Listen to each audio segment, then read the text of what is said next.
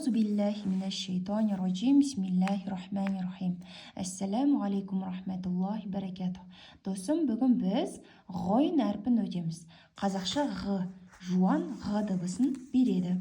Жазылу үлгісі қазақша е әрпіне ұқсайды. Мұқият назар аударамыз. Тек қана жоғарғы жағында нүктесі бар. Е әрпіне ұқсайды. Ғойн әрпі өзінен кейін, өзінен алдын әріп жалғайды. Ғо әрпі ол сөз басында жазылу үлгісі, сөз ортасында жазылу үлгісі, және ол сөз соңында жазылу үлгісі. Досым, мұқият қара, жарай ма? Келесі беттегі егер қиналса, осы мына жерінде де жазылып көрсетіліп тұр. Сөз басында, сөз ортасында, сөз соңында. Ал олай болса, әрекеттермен оқимыз. Фәтхамен келгенде ғо, кәсірамен келгенде ғи, дамамен келгенде ғу. Ғом, ғобе, ғобе, ғил, ғил, ғойру, ғойру.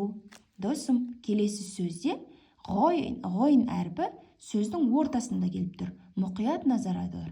Бәғлу, бәғлу. Тамақты қырамыз, фәрғу, фәрғу. Ғобе, ғобе.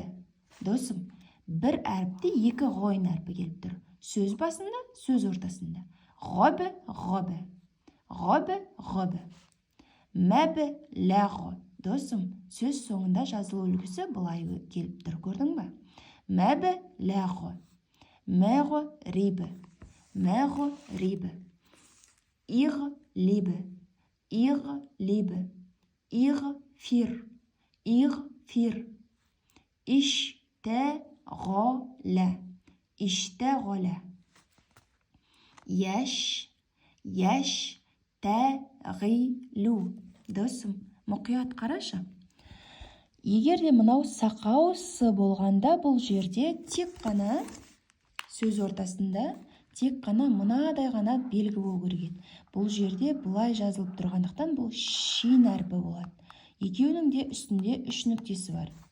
Сондықтан біз мынаусын санау арқылы түсінеміз, жарай ма?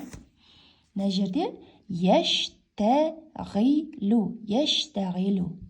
Истәғфәру, истәғфәру. Ястәғфиру, ястәғфиру. Досым, мына қаламдарды әдемі бояп шық, жарай ма? Ғо, ғи, ғу. Ғо, ғи, ғу. Досым, мына сөздерді жақсылап 33 реттен қайталап оқып шық. Келесі бетті ашам. Бұл жерде жаттау қиын емес, ұмыт қалдырма. Құран жаттаған жүрек берекелі жүрек дейді. Демек, біздің жүрегіміз берекелді жүрекке саналады. Өйткені біз Құранның әріптерін өтіп жатырмыз.